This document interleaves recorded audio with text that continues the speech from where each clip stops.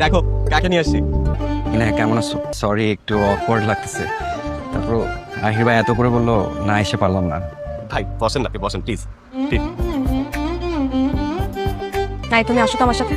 ভাই আপনি একটু বসেন। হ্যাঁ তোমার কি মাথা ঠিক আছে? কাকে নিয়ে আসছো?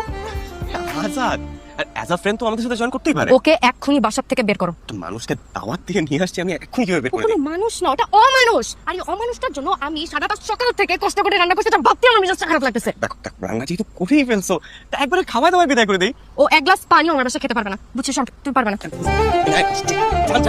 ও একটা গ্লাস পানিও আমার বাসায় খেতে পারবে না। আমার পোস্টটা আমার, তুমি আমাকে আমাকে তুমি ঠিক করে দাও।